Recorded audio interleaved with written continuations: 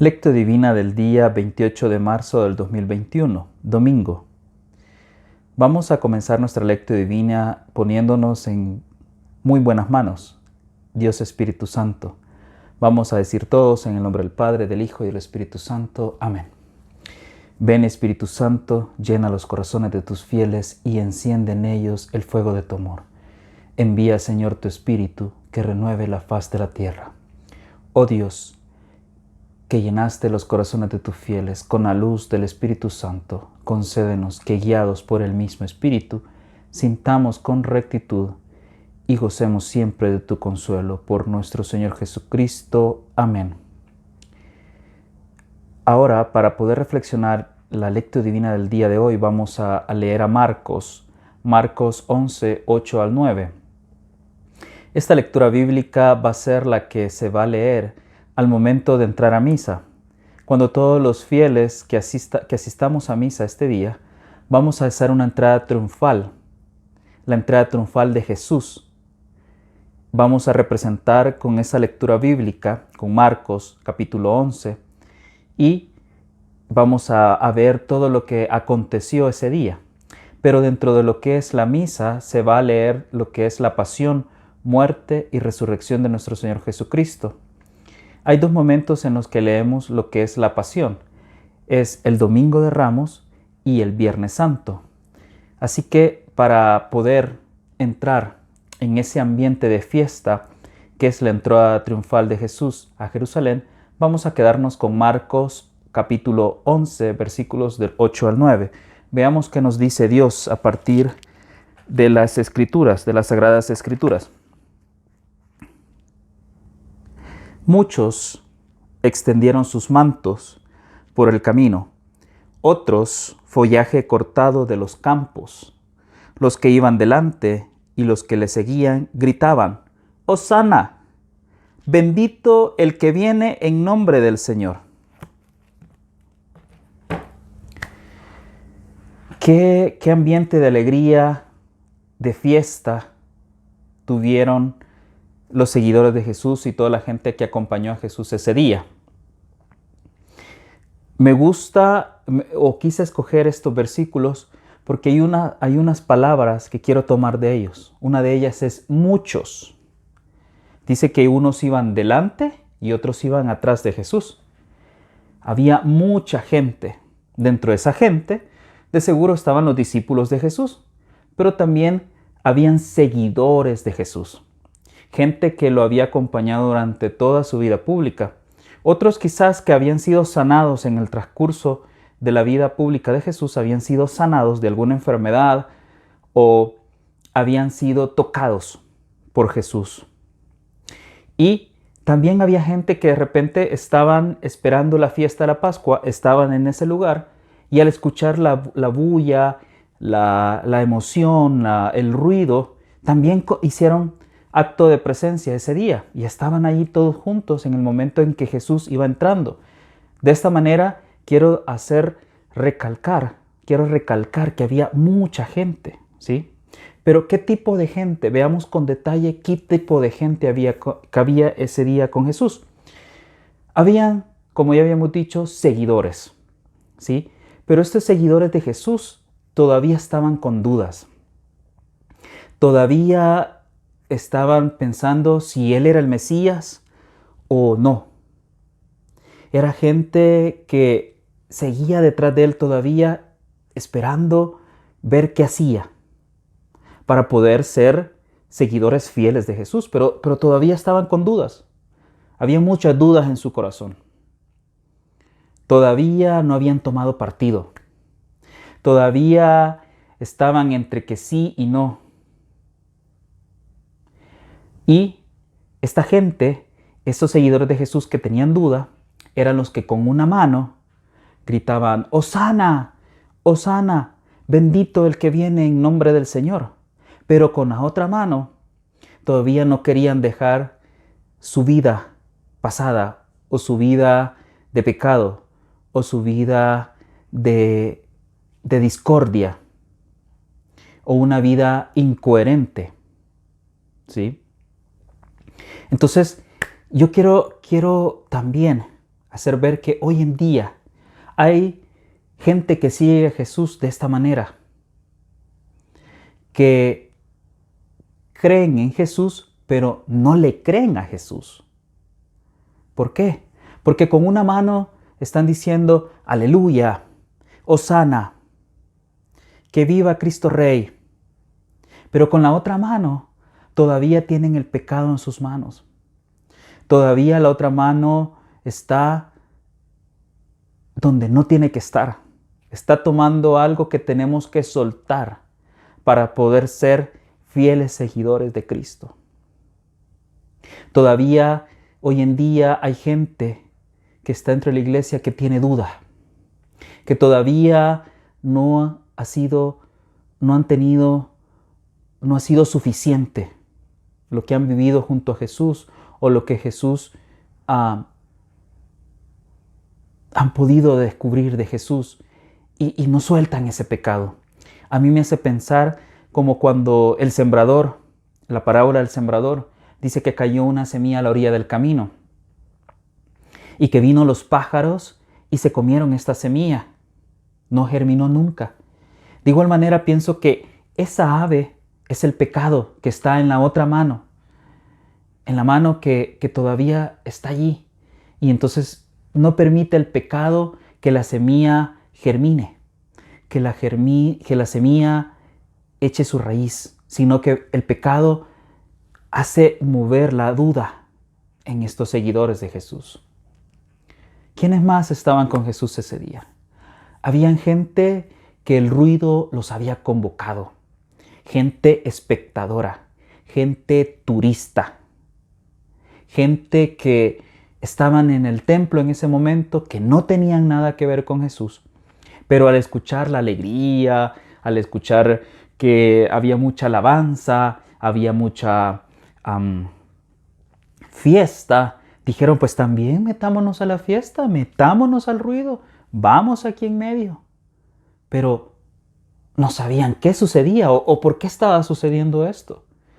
De igual manera, me hace pensar en la gente de hoy en día que ven como a Jesús como un sentimiento, como una emoción, como algo temporal, como algo en lo cual muchos pueden ir a los grupos y tomarlo o ir a la iglesia como un grupo social, donde yo me encuentro con mi amigo, mi amiga, donde mi compadre, mi comadre, y entonces yo me vuelvo a otro momento de sano esparcimiento con mis amigos. Pero no queremos profundizar en Jesús. No queremos dejar que Jesús siembra la semilla en nosotros y nada más lo vemos como algo temporal, como algo pasajero, una moda. Jesús se vuelve una moda. Entonces, es como la semilla que cayó entre las rocas, siguiendo la parábola también del sembrador. La semilla que cayó entre las rocas y que no permitieron que pudieran entrar las raíces de la semilla. Y las rocas impidieron el crecimiento, la germinación de la semilla. Entonces, esa emoción no nos permite interiorizar, ni profundizar, ni enraizar en Jesús. También pienso que en ese grupo de gente a que acompañaba a Jesús ese día, había una gente que había estado en las predicaciones de Jesús. Había estado quizás en el momento de cuando Jesús predica en el bote de Pedro. O quizás estuvo esta gente en el momento de las bienaventuranzas. O esta gente estuvo cuando le habló fuerte a los fariseos, cuando escucharon muchas de sus parábolas. Esta gente fue una gente que vio milagros, vio gente levantarse, vio gente tullidos que levantaban sus camillas y caminaban, ciegos que veían. Estuvieron en estos milagros. Pero ahí viene el pero ante la más mínima duda, ante el más mínimo persecución de los seguidores de Jesús, lo dejaban todo, huían. De igual manera, Hay de seguro ese tipo de gente hoy en día en nuestra iglesia.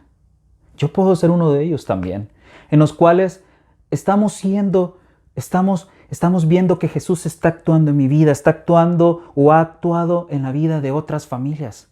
He visto sanaciones de enfermos, he visto muchas obras de Dios. Y aún así viene ese pero y ante la más mínima preocupación personal, ante la más mínima problema familiar, ante el más mínimo enfermedad, ante la más mínima ataque hacia la familia, hacia la iglesia, ante eso viene y no profundizamos en Jesús. Y dejamos que el mensaje que tal vez hemos escuchado de Jesús caiga en medio de las espinas. Muchas veces vemos a nuestra iglesia que sufre ataques, sufre persecución. Y muchos católicos puede ser que hayan dejado la iglesia por el mismo hecho de que dicen, no, pues hay sacerdotes pedófilos, o la iglesia no acepta la homosexualidad. Cuando los valores de la iglesia en cuanto a la homosexualidad habla de hombre y mujer. Y luego con cuanto a los sacerdotes pedófilos, si dentro de los discípulos de Jesús, Judas tuvo el mejor maestro, tuvo al mejor servidor de todos, tuvo al médico por excelencia que hizo curar y sanar, y aún así Judas se descarrió, se salió del rebaño de Jesús. De igual manera pueden haber también sacerdotes, uno que otro, que no está en sintonía con Jesús. Por eso es tan importante nuestra oración con la iglesia, con nuestros sacerdotes. Porque no hay que perder de vista que nosotros vamos a la iglesia no porque hay que ir a criticar, no porque allá va fulana, porque miren cómo viene vestida, porque allá está la fulana, la que habla mal, la que anda en el pecado, la que anda de infiel. No podemos llegar a la iglesia a ver quién se sienta, quién llega, cómo llega. Si nosotros estamos con la mirada en Cristo y vamos buscando a Cristo, y Cristo es donde se centra nuestra mirada, como Pedro cuando le pidió a Jesús caminar entre las aguas. Si Pedro pierde, dice el Evangelio, que pierde la mirada en Jesús, en ese momento comienza a hundirse, porque perdió de vista al Maestro. De igual manera nosotros, cuando vemos que nuestra iglesia sufre persecución y nosotros perdemos de vista la mirada en Cristo y nos enfocamos en lo que dicen, en lo que hablan y perdemos de vista en Cristo, en ese momento nuestra barca también, nosotros comenzamos a hundirnos. Entonces no podemos ser ese tipo de gente que ante la menor duda, ante el primer problema, ante la primera sacudida. Dice la palabra de Dios que Jesús permitió que también sacudieran a Pedro, que en algún momento dice que la palabra Simón significa caña quebradiza, que en algún momento también fuera esa caña sacudida. Y Pedro fue el primer papa de nuestra iglesia. Entonces muchos de nosotros podemos ver las maravillas de Dios, pero si nosotros ante el primer problema, ante el primer obstáculo, ante el primer reto, cuando nos sacude en el piso, cuando nuestra vida nos sacude el momento, dejamos de ser seguidores de Cristo y perdemos la mirada. Somos como esa semilla que cae entre las espinas y que las espinas ahogan la semilla y no profundiza, no echa raíz, no germina. Pero también yo pienso que ese día de la entrada triunfal de Jesús, había una gente que había tenido una tan sola experiencia con Jesús, un momento con Jesús. Podemos recordar a la hemorroísa, que ella dijo, yo tengo fe que con solo tocar su manto, yo ese día voy a quedar sana. con solo tocar su manto. Hay gente que ha tenido nada más como Mateo, el recaudador de impuestos. Jesús, dice la palabra de Dios, que Jesús se puso enfrente y una mirada bastó para que ese hombre se levantara, dejara su vida pasada, dejara su mesa de recaudador de impuestos y se levantara y tuviera una vida diferente. Muchos quizás de esos seguidores que iban con Jesús sabían por qué iban allí, tenían claro por qué estaban alabando a Cristo, porque en ese momento quizás habían sido sanados, porque habían sido sacados del demonio, les había sacado el demonio que tal vez los tenía prisioneros. Porque mucha gente de ahí, con solo escuchar la palabra de Dios y abrir su corazón, habían sido tocados. Habían tenido una metanoia, que metanoia significa un cambio desde el interior hacia el exterior, un cambio profundo. De igual manera, yo pienso que hoy en nuestra iglesia también existen hombres y mujeres valientes que han dicho un sí, que han dado un paso adelante, que se han mostrado, que les ha sido tocado por Jesús, que han mostrado una vida diferente, una vida coherente. ¿Cuántos quizás estaban en los vicios, estaban revolcados, estaban en una enfermedad, estaban siendo prisioneros de un pecado? Pero con solo escuchar la palabra de Dios, con solo estar enfrente de la Eucaristía, un jueves eucarístico, con solo escuchar una predicación de Jesús, con solo escuchar de Jesús, hay muchos que nos están viendo o muchos de los que en nuestra iglesia tal vez una película les tocó. Jesucristo ocupó ese medio, una película, ocupó el consejo de algún hermano, de alguna hermana, de algún sacerdote que le habló a esta persona y el Espíritu Santo obró en esta persona. Yo me imagino entonces que estas personas ya viven lo que San Pablo nos decía en Gálatas 2:20. Es que ya no vivo yo, es Cristo el que vive en mí. Y entonces muestran una vida coherente, una vida llena de valor, una vida llena de abundancia, de fruto. Ahora te pregunto, hermano, tú que me estás viendo, tú que me estás escuchando, te pregunto, ¿ya viviste tu entrada triunfal de Jesús? ¿Tú ya la viviste? Pero ¿qué tipo de persona siguió a Jesús? ¿Qué tipo de testigo fuiste de ese día? Te dejo con esa pregunta, hermano. No me la respondas. Respóndela tú mismo. ¿Qué tipo de testigo fuiste ese día? Para continuar con nuestra lectura divina el día de hoy, vamos a orar. Vamos a dejar que Cristo, a través de su palabra que tiene poder, toque nuestro corazón y nuestro espíritu. Señor Jesús, yo también estoy en esta entrada triunfal. Yo también quiero ser testigo. Yo también quiero estar ahí, Señor. Pero quiero ser un testigo diferente. Quiero ser un seguidor tuyo diferente. Un seguidor que hoy en día quiere mostrar que tú vives en mí, Jesús. Que no me voy a enfocar en los demás que están a mi alrededor, sino que yo voy a ser capaz de una vida de cambio, de una metanoia en mi vida. Te pido, Señor, que me des fuerza, que me permitas que mi espíritu sea el que tenga una renovación de vida y que yo pueda ser un campo fecundo para tu semilla, para la palabra de Dios, para tu palabra, mi Señor. Vamos a terminar nuestra lectura divina siempre con una palabra. A mí me gusta que la lectura divina sea acción, un verbo.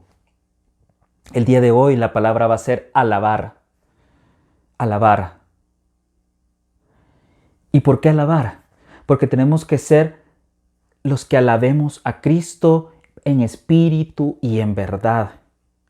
Porque hoy es el día de que seamos coherentes con nuestra vida, coherentes con lo que mi iglesia me pide, coherente con los valores del reino, porque hay mucha gente en este momento que necesita de mí.